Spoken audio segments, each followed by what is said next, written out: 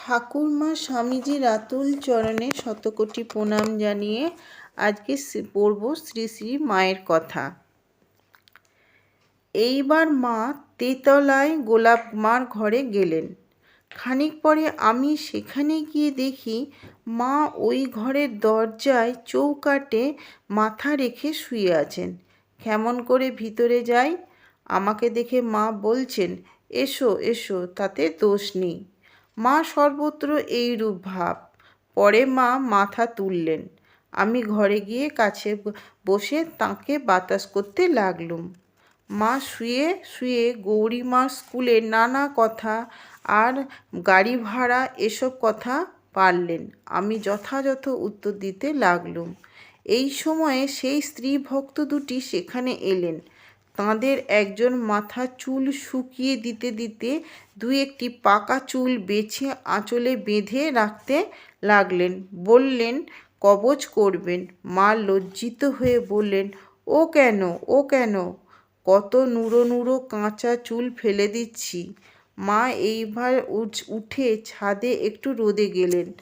আমরাও সঙ্গে গেলুম এবং একপাশে দাঁড়িয়ে গঙ্গা দর্শন করতে লাগলুম।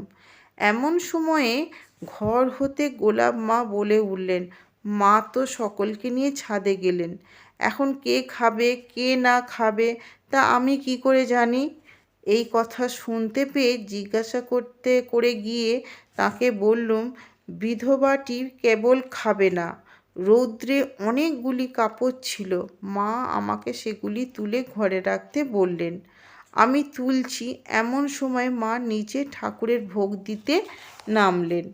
আমরাও সকলে নিচে ঠাকুর ঘরে এলুম। ভোগ দেওয়া হলে মা আমাকে মেয়েদের খাবার জায়গা করতে বললেন। পরে সকলে প্রসাদ পেতে বসলুম। মা দুই এক গ্রাস খাবার পরে আমাদের সকলকে প্রসাদ দিলেন। ইহার কিছু পূর্বে আরও দুই স্ত্রী ভক্ত এসেছিলেন। তন্মধ্যে একজন বৃদ্ধা সধবা ঠাকুরের সময়ের এবং অপরটি তার পুত্রবধূ। বৃদ্ধাটি খেতে খেতে বললেন, আহা, ঠাকুর আমাদের যেসব কথা বলে গেছেন তা কি আমরা পালতে পেরেছি? তাহলে এত ভোগ ভুগবে কে মা? সংসার করেই মরছি। ও কাজ হলো না, সে কাজ হলো না, এই কেবল করছি। মা তাঁর ওই কথায় বললেন, কাজ করা চাই বই কি, কর্ম করতে করতে কর্মের বন্ধন কেটে যায়, তবে নিষ্কাম ভাব আসে। এক দণ্ডও কাজ ছেড়ে থাকা উচিত নয়। আহারান্তে মা এখন একটু বিশ্রাম করবেন।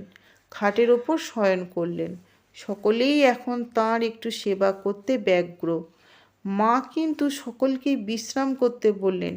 খানিক পরে বাড়িতে কাজ আছে বলে অপর স্ত্রী লোকেরা সব চলে গেলেন। আমি এবং ঠাকুরের সময়কার একটি বিধবা স্ত্রীলোক রইলুম। আমি এখন মার সেবার ভার একাই পেলুম। বিধবাটি মায়ের কাছে বসে তাঁর সংসারে দুঃখের অনেক কথা বলতে লাগলেন। মা আপনার কাছে সকল অপরাধের ক্ষমা পায়, কিন্তু ওদের কাছে ক্ষমা নাই, ইত্যাদি। আমি কথা প্রসঙ্গে তাঁকে জিজ্ঞাসা করলুম, আপনি ঠাকুরকে দেখেছেন? ও মা, দেখেছি বই কি। তিনি যে আমাদের বাড়িতে আসতেন। মা তখন বউটির মতন থাকতেন। আমি বললুম, ঠাকুরের দুটো কথা বলুন না শুনি। তিনি বললেন, আমি না মা, মাকে বলতে বলো। কিন্তু মা তখন একটু চোখ বুজে আসছেন দেখে আমি ও কথা বলতে পারলুম না। খানিক পরে মা নিজেই বলছেন, যে ব্যাকুল হয়ে ডাকবে সেই তাঁর দেখা পাবে। এই সেদিন একটি ছেলে মারা গেল। আহা, সে কত ভালো ছিল। ঠাকুর তাদের বাড়ি যেতেন। একদিন পরের গচ্ছিত 200 টাকার ট্রামে তার পকেট থেকে মারা যায়। বাড়ি এসে দেখে ব্যাকুল হয়ে গঙ্গার ধারে গিয়ে কাঁদছে। হায় ঠাকুর, কি করলে? তার অবস্থাও তেমন ছিল না যে নিজে ওই টাকা শোধ করবে।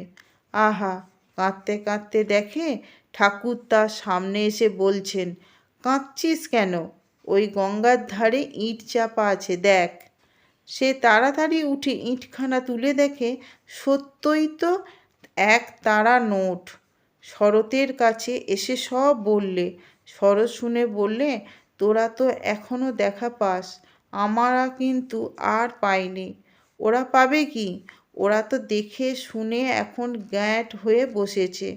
যারা ঠাকুরকে দেখেনি এখন তাদেরই ব্যাকুলতা বেশি। আজ এই পর্যন্ত। ভালো লাগলে একটা সাবস্ক্রাইব করে দেবেন। মায়ের কৃপায় সকলে সুস্থ থাকুন, ভালো থাকুন।